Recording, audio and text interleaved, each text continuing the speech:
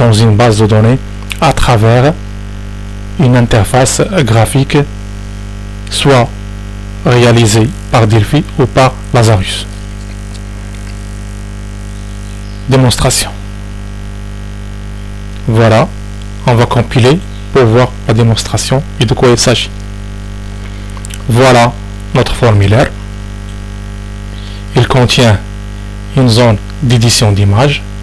Il contient une zone de texte qui permet d'écrire ou bien d'écrire l'image. On a une partie de navigation, ajouter, supprimer, modifier et naviguer. Et on a le chargeur d'images. Démonstration, par exemple, ajouter, insérer. On va écrire un texte.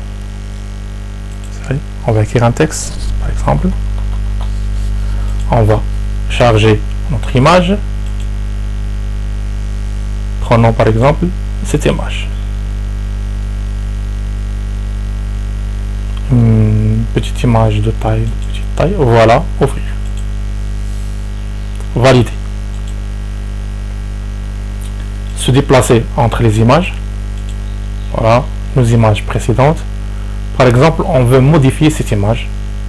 Il suffit de cliquer ici, Edit, changer d'image, ajouter par exemple cette image et valider. Très bien. Se déplacer, se déplacer, se déplacer, en avant, en arrière et ainsi de suite. Donc comment procéder? Premièrement, on a besoin de quoi? On a besoin des tables. Voilà.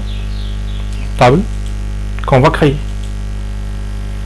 On va créer une table dans une base de données. La commande SQL, créer table image. On va lui donner un identificateur id de type entier, note nulle, auto-incrément. Image, voilà, de type medium blob, medium, binary, link object. Medium, binary, link object. C'est très important. Il y a un bug dans MySQL si vous utilisez Blob. N'utilisez jamais Blob, utilisez medium, binary, linked, voilà, logic object, linked object. D'accord? Le texte, c'est de type texte not nul. Ça, c'est le texte de description et le primary key qui est l'engine, toujours, c'est NODB. Notre auto-incrément va débuter à partir de 26.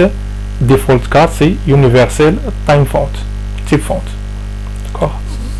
Ça, c'est notre base de données. Il suffit de copier-coller et exécuter. Très bien.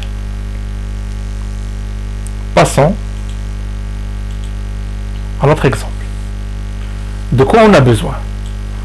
Pour notre exemple, on a besoin d'un Z connexion, on a besoin d'un Z table et on a besoin d'un data source. Ils sont emportés à partir de l'onglet Z Access. Le composant Z connexion, le composant Z table, voilà, ces deux-là sont emportés à partir de ZIOS Access. Le composant data source, il est emporté à partir de data access.